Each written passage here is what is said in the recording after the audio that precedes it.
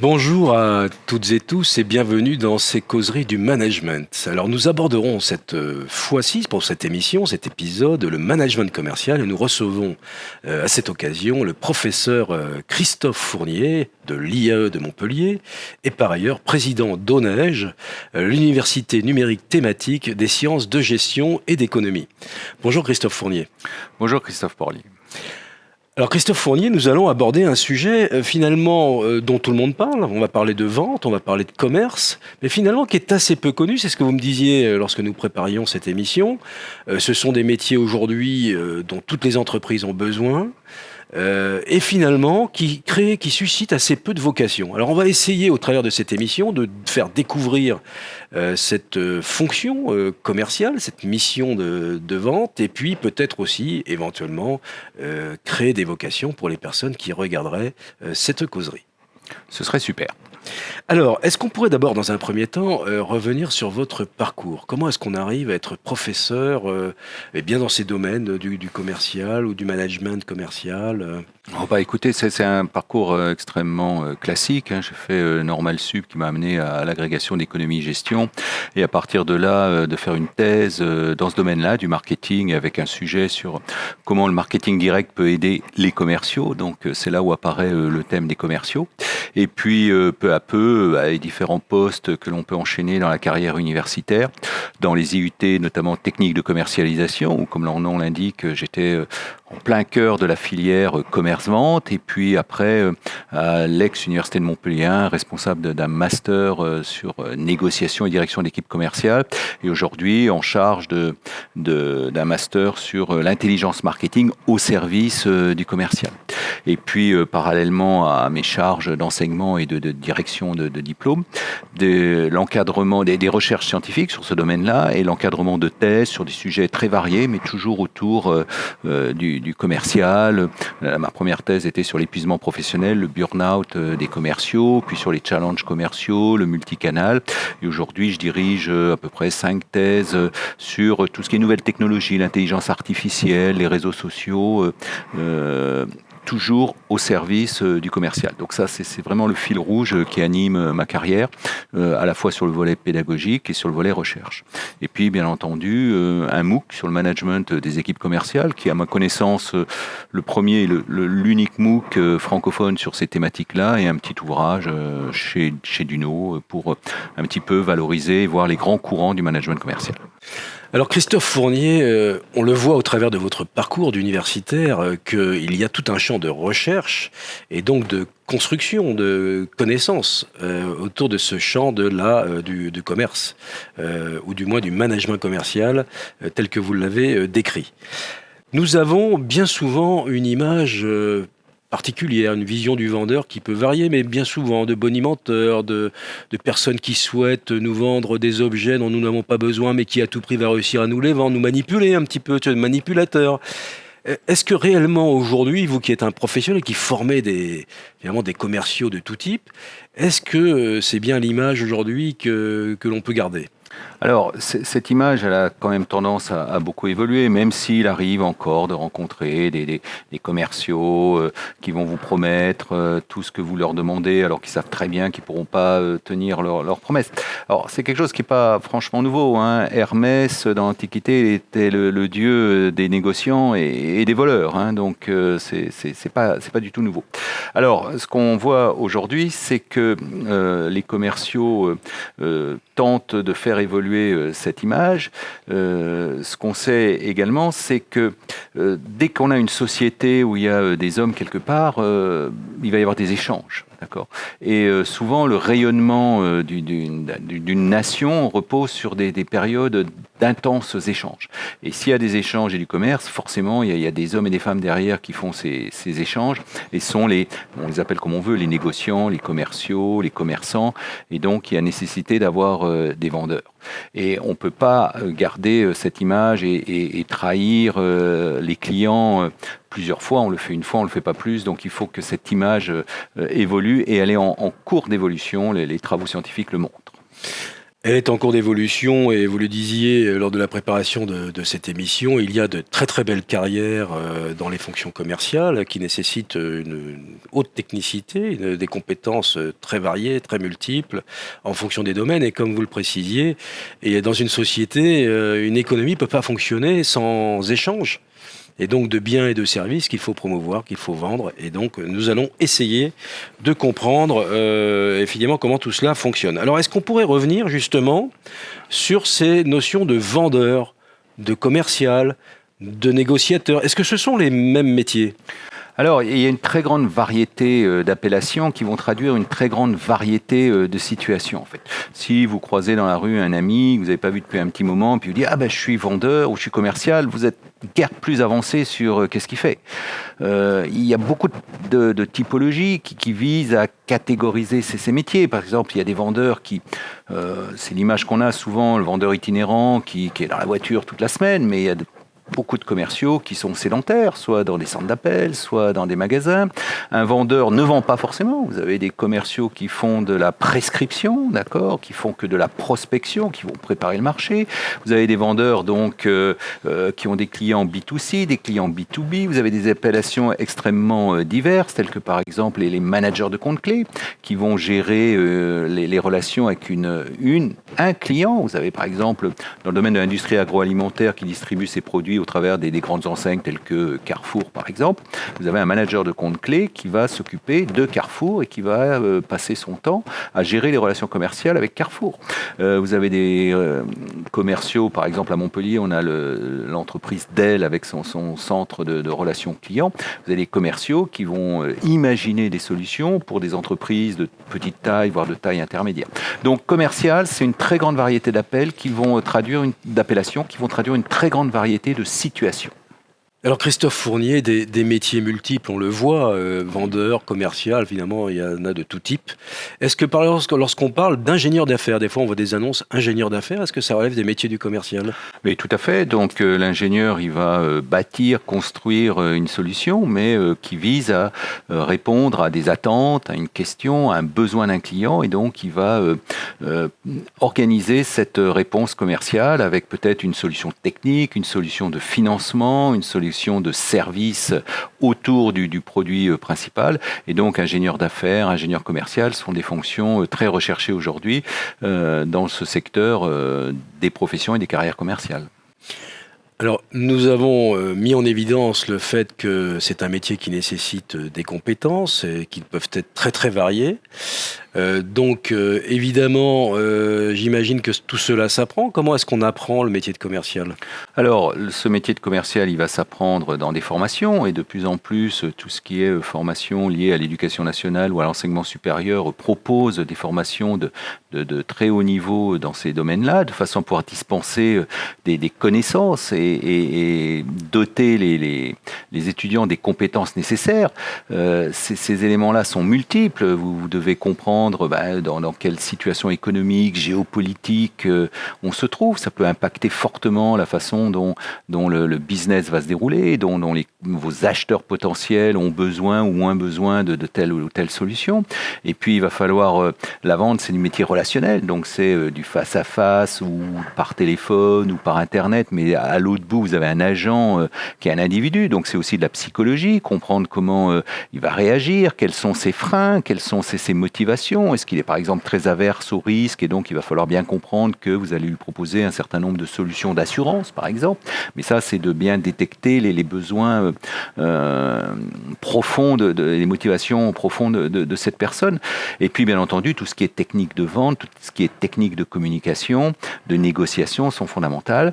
Et puis un des éléments importants, souvent on peut se retrouver dans un contexte international, donc qui dit international dit interculturel, et bien de bien comprendre dans quel contexte on est et quelles sont les attentes, les erreurs à ne pas faire avec tel type de personnes venant de telle culture, de tel pays, et au contraire de bien répondre aux attentes de telle personne, de personnes qui viennent de telle ou telle culture. Voilà. Donc ça, en gros, un certain nombre de connaissances, de compétences qu'il va falloir insuffler aux candidats.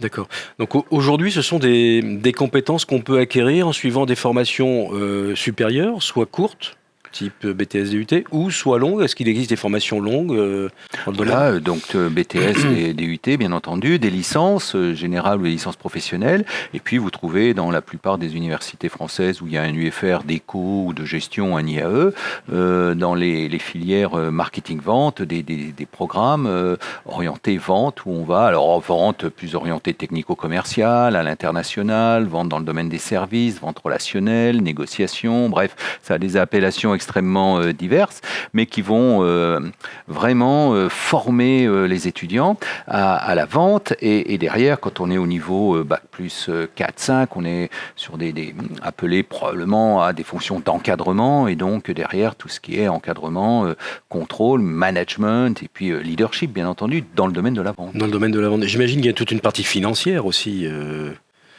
Alors, parmi les indicateurs de performance, vous allez avoir bien sûr toute la performance financière. La performance financière va se répercuter également sur tout ce qui est possibilité de la performance du commercial et donc sur sa rémunération. Mais c'est un élément important, oui. C'est un élément important. D'ailleurs, peut-être pour qu'un jeune puisse s'engager dans un tel cursus, qu'est-ce qu'on pourrait dire à un jeune qui souhaiterait s'engager dans un tel cursus? Moi, je dis deux choses. C'est la vente, c'est déjà avant tout, c'est un métier relationnel. Donc, celui qui aime les relations humaines, qui aime proposer une solution, imaginer une solution, répondre à des attentes, à des besoins, c'est un métier formidable pour cela. On va faire beaucoup de rencontres et pouvoir beaucoup discuter et véritablement créer une solution qui va amener de la valeur au client, d'accord, qui va amener de la valeur au client.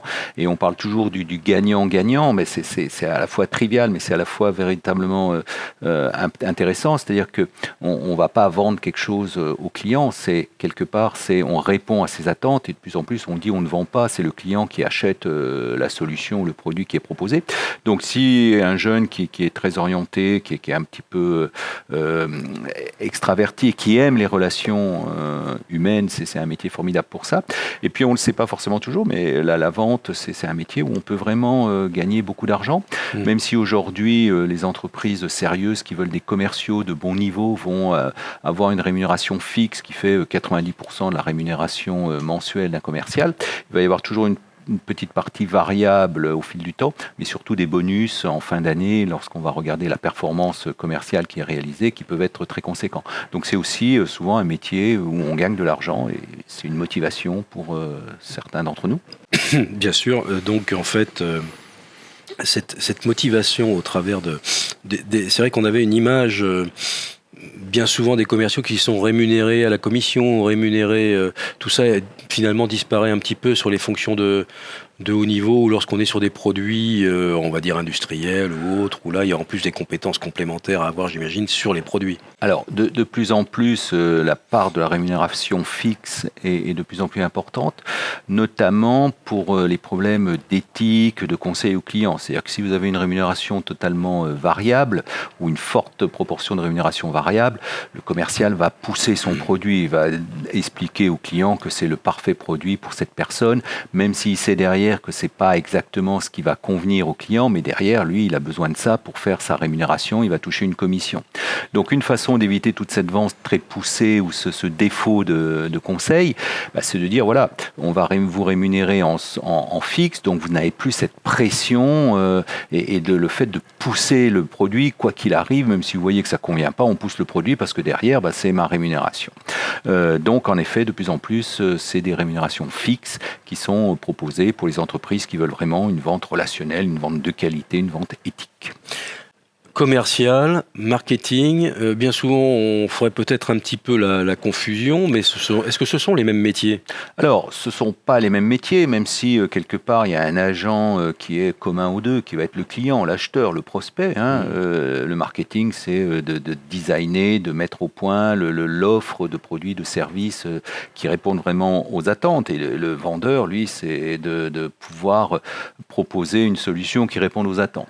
Alors, le marketing, bien entendu, va proposer un produit et un service et un certain nombre d'aides pour le commercial, pour lui faciliter la tâche. Et donc, il doit y avoir des synergies et des échanges nombreux entre le marketing et la vente. Et puis, un des grosses activités du service marketing, c'est les études marketing, c'est les études de marché. Le meilleur agent pour amener des informations sur le marché, c'est le vendeur qui voit le client, j'allais dire, chaque jour. Okay. Alors, on parle beaucoup d'écoles de commerce et ces écoles de commerce, finalement, elles forment très peu au commerce, elles forment beaucoup plus au marketing. Ah oui. Et donc, c'est un petit peu plus glamour, service marketing. Donc, vous avez beaucoup d'étudiants qui disent, moi, ce que je veux faire, c'est du marketing et surtout pas de la vente. Quand vous êtes dans le marketing, vous voyez moins directement le client, donc c'est plus confortable pour certains nombres de personnes.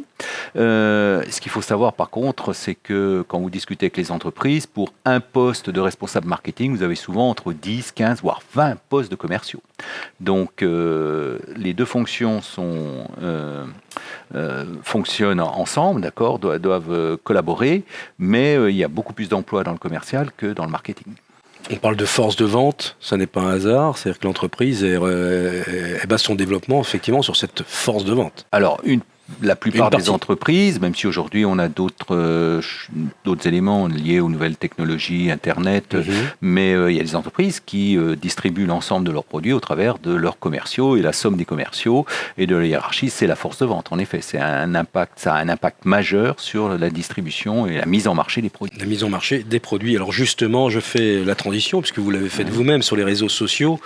Effectivement, on vit aujourd'hui quand même peut-être une petite révolution aussi dans ces métiers-là, puisque finalement, on a aujourd'hui de la diffusion de biens, de services directement avec le numérique sur Internet. Qu'est-ce qu'on peut en dire ? Alors, on peut en dire beaucoup de choses. On parle beaucoup du multicanal, et donc les commerciaux, c'est un des canaux qui permet à l'entreprise de distribuer ses produits. Certaines entreprises décident de ne faire que de l'Internet, certaines entreprises décident de ne faire que des commerciaux physiques, d'autres vont multiplier, combiner ces différents canaux. Ce qui est sûr, c'est qu'aujourd'hui, au-delà des canaux, il y a tout ce qui est réseaux sociaux qui permettent de communiquer. Je vous ai dit tout à l'heure que l'essence même du métier de commercial, c'est la communication, et donc ces réseaux sociaux, ils vont être là de façon à pouvoir complètement bouleverser la façon dont le commercial va prospecter, va œuvrer vis-à-vis de ses clients. Si je caricature un petit peu, avant, le commercial, il prenait sa mallette, et puis il allait dans une rue, puis il tirait les sonnettes, et puis il essayait de voir qui ouvrait la porte, et il essayait de voir si derrière, cette personne qui ouvrait la porte, il y avait très peu qui ouvraient la porte, était éventuellement intéressée par le produit qu'il commercialisait. Bon, aujourd'hui, on voit très peu de commerciaux venir vous déranger, mais ils vont prospecter d'une autre façon, c'est-à-dire qu'ils vont essayer de regarder sur les réseaux sociaux, essayer de regarder sur Facebook, sur LinkedIn, sur d'autres réseaux sociaux, voir si vous êtes intéressé par vos centres d'intérêt, vos loisirs, votre activité professionnelle, et dire, tiens, compte tenu de telle activité, il peut être intéressé par mes produits et ça vaut le coup que j'essaye de le prospecter. Donc on voit que ça évolue beaucoup au travers de ces nouvelles technologies de communication notamment. D'accord, ça peut être via des réseaux professionnels ou des réseaux particuliers en fonction, parce que vous parliez tout à l'heure de B2B, de B2C, on peut préciser d'ailleurs Oui, alors business to consumer, c'est vous et moi, quand on achète un produit, on est le consommateur final, c'est nous qui allons utiliser, nous servir de ce produit, donc c'est business to consumer, on est l'acheteur et le consommateur et l'utilisateur final. B2B, c'est une entreprise qui vend à une entreprise. Quand l'Université de la Réunion achète un produit, c'est pas pour elle, c'est pour derrière produire ce service d'éducation, d'enseignement, de recherche. Et donc là, on est d'une entreprise à une entreprise. Donc il y a les commerciaux qui travaillent en B2B, en B2C. Et donc, bien entendu, on dit que LinkedIn est peut-être plus B2B, Facebook est peut-être plus B2C. Là, c'est l'expérience, le savoir-faire du commercial qui va savoir comment le mieux prospecter, toucher ses clients, rentrer en contact, qualifier. Qualifier, c'est quoi qualifier ? C'est, je vois telle personne, est-ce que ça vaut le coup que j'aille lui proposer mon produit parce que je sais qu'elle a un minimum d'intérêt pour mon produit ? Est-ce que c'est un prospect ou est-ce que c'est un suspect? Et donc un suspect, entre guillemets, c'est quelqu'un, c'est pas la peine que je perde mon temps et que je le dérange, parce qu'il n'est pas du tout intéressé. Pas du tout intéressant, ça sera du temps perdu. C'est du temps perdu, et pour lui et pour moi. Tout à fait. Alors justement, à cette ère on parle de e-commerce, on parle d'intelligence artificielle, de réseaux sociaux.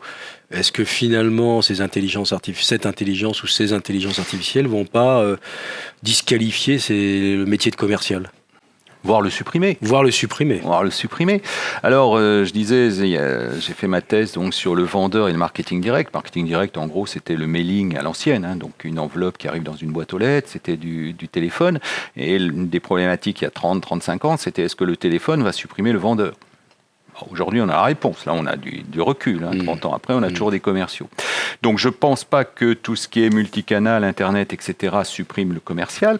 L'intelligence artificielle va peut-être bouleverser tout un tas d'emplois, peut-être, où la valeur ajoutée du commercial n'était pas très importante. D'accord ? On va peut-être avoir des chatbots, des choses comme ça, où on va dégager du temps pour des commerciaux, pour qu'ils créent de la valeur véritablement pour le client, qui se concentrent sur des actions où il est nécessaire que le vendeur agissent de façon à pouvoir imaginer, bâtir, créer la solution. Et peut-être que pour le reste, où il a une très faible, voire peu de valeur ajoutée, c'est vrai que l'intelligence artificielle, le e-commerce va peut-être prendre une place importante. Et c'est très bien parce que ça libérera du temps pour le commercial qui pourra se consacrer à la relation client. Tout à fait. Et je dirais même que peut-être l'intelligence artificielle pourrait être un nouvel outil à disposition des commerciaux pour mieux qualifier, puisque vous parlez de qualification des prospects. C'est une partie extrêmement intéressante et fondamentale. C'est un autre thème de recherche que j'avais développé sur le temps. Comment j'utilise mon temps. Et commercial, on va dire qu'en gros, il est soumis au droit du travail, il a 35 heures de temps. Et si on regarde les travaux sur le commercial, on voit que très souvent, il ne passe pas la moitié de ce temps en contact commercial. Donc ça veut dire que la moitié du temps, il est autre chose qu'en relation client. Et donc tout un tas de dispositifs et d'outils de management visent à finalement dégager ce que j'appelle le temps utile. Le temps utile, c'est le temps où le commercial va véritablement être en contact commercial et va pouvoir servir, répondre aux attentes d'un client. Et donc, bien entendu, que tout ce qui est multicanal, tout ce qui est réseaux sociaux qualifiés, si je qualifie bien mes clients, si pour avoir un client, je vais en voir 5 et non pas 10, bien entendu, j'ai multiplié ma productivité par 2. Okay. Et donc, je suis plus efficace et donc, je vais pouvoir me consacrer encore mieux à ma relation client. Donc, tous ces outils-là, ils sont, à mon avis, au service des clients et c'est un petit peu le master que je pilote, c'est l'intelligence marketing. Pas pour l'intelligence marketing, mais au service du client et au service du vendeur pour mieux répondre aux attentes et être plus efficace dans son métier de commercial. Oui, parce qu'au final, et là c'est peut-être un point important, il s'agit de répondre à une attente, à un besoin, et donc qui doit s'exprimer et qui quelquefois peut-être ne s'exprime pas complètement. Ça, c'est toute la finesse et le savoir-faire du commercial, c'est de faire émerger le bon besoin, le vrai besoin qui est enfoui. Donc là, c'est la psychologie, c'est comment faire émerger les motivations profondes. Et c'est là où il y a vraiment besoin de savoir-faire. Et le commercial va répondre à ce besoin derrière du mieux qu'il peut en proposant une offre et rentrer dans un processus de négociation ou de technique de vente de façon à pouvoir répondre aux attentes. Et contrairement à une idée reçue, tout ce qui est marketing ne crée pas des besoins. Le besoin, il est là, il est latent, d'accord ? On va exploiter un besoin, mais on ne va pas le créer. Alors Christophe Fournier, au travers de ce panorama, on a découvert finalement des métiers qui peuvent susciter des vocations, on l'a déjà dit. Qu'est-ce qui pourrait, en termes de carrière, alors un jeune qui démarre dans ce domaine, qu'est-ce qu'il peut imaginer comme carrière ? Aujourd'hui, c'est un élément important, c'est-à-dire qu'on peut faire une carrière dans la vente. C'est pas une option comme ça, on va faire un emploi en attendant de trouver mieux. Donc, vous allez pouvoir être commercial et puis peu à peu, vous allez possibilité d'encadrement commercial, où vous allez encadrer, donc contrôler, aider des commerciaux. Donc, on a des fois des postes d'inspecteur des ventes, d'animateur des ventes. Et puis, peu à peu, on peut passer dans des grandes entreprises qui ont une vraie structure hiérarchique et avec un découpage découpage géographique, des directeurs de secteur, des directeurs régionaux, et puis après des directeurs nationaux, voire internationaux des ventes. Donc c'est véritablement, pour quelqu'un qui est intéressé, on peut très bien passer 30 à 40 ans dans la fonction commerciale en ayant des responsabilités différentes et finir dans un leadership où vous allez non pas vous allez vendre, mais vous allez surtout participer à la définition de la stratégie commerciale, de l'approche commerciale, et vous êtes dans le top management de l'entreprise à côté du directeur marketing, du directeur financier, du DRH, etc. Alors, faire une carrière dans la vente, c'est le thème de cet épisode. Donc, on a, je pense, dressé le panorama qui permet de comprendre que ce sont des métiers, d'abord, qui produisent de la valeur, qui nécessitent des compétences variées, multiples, des métiers de la relation à l'autre, de la relation aussi professionnelle, des métiers qui vont permettre aux entreprises de prospérer, soit au niveau national, soit à l'international. Donc en fait, ça peut être effectivement complètement passionnant. Qu'est-ce qu'on pourrait dire pour conclure cet épisode ? Je crois que si vous connaissez des jeunes, c'est ne pas hésiter de leur parler de cette piste. Il ne s'agit pas que tous les jeunes se mettent à faire des études dans la vente et dans le commercial, mais que ça peut vraiment amener des jeunes à s'épanouir dans ces fonctions-là et à embrasser véritablement une carrière à laquelle ils n'avaient peut-être pas initialement pensé, parce qu'il y a toutes ces images négatives, mais qui sont véritablement en très fort changement. Eh bien, Christophe Fournier, merci beaucoup. Je pense que nous aurons peut-être l'occasion de poursuivre cette causerie sur le management commercial et rentrer peut-être de façon thématique sur les différentes dimensions de ces métiers. En tous les cas, merci beaucoup. Et puis, à très bientôt pour un prochain épisode. Christophe Porlier, merci beaucoup de votre accueil et avec grand plaisir pour approfondir certains thèmes du management commercial. À bientôt et merci à toutes et tous. Merci.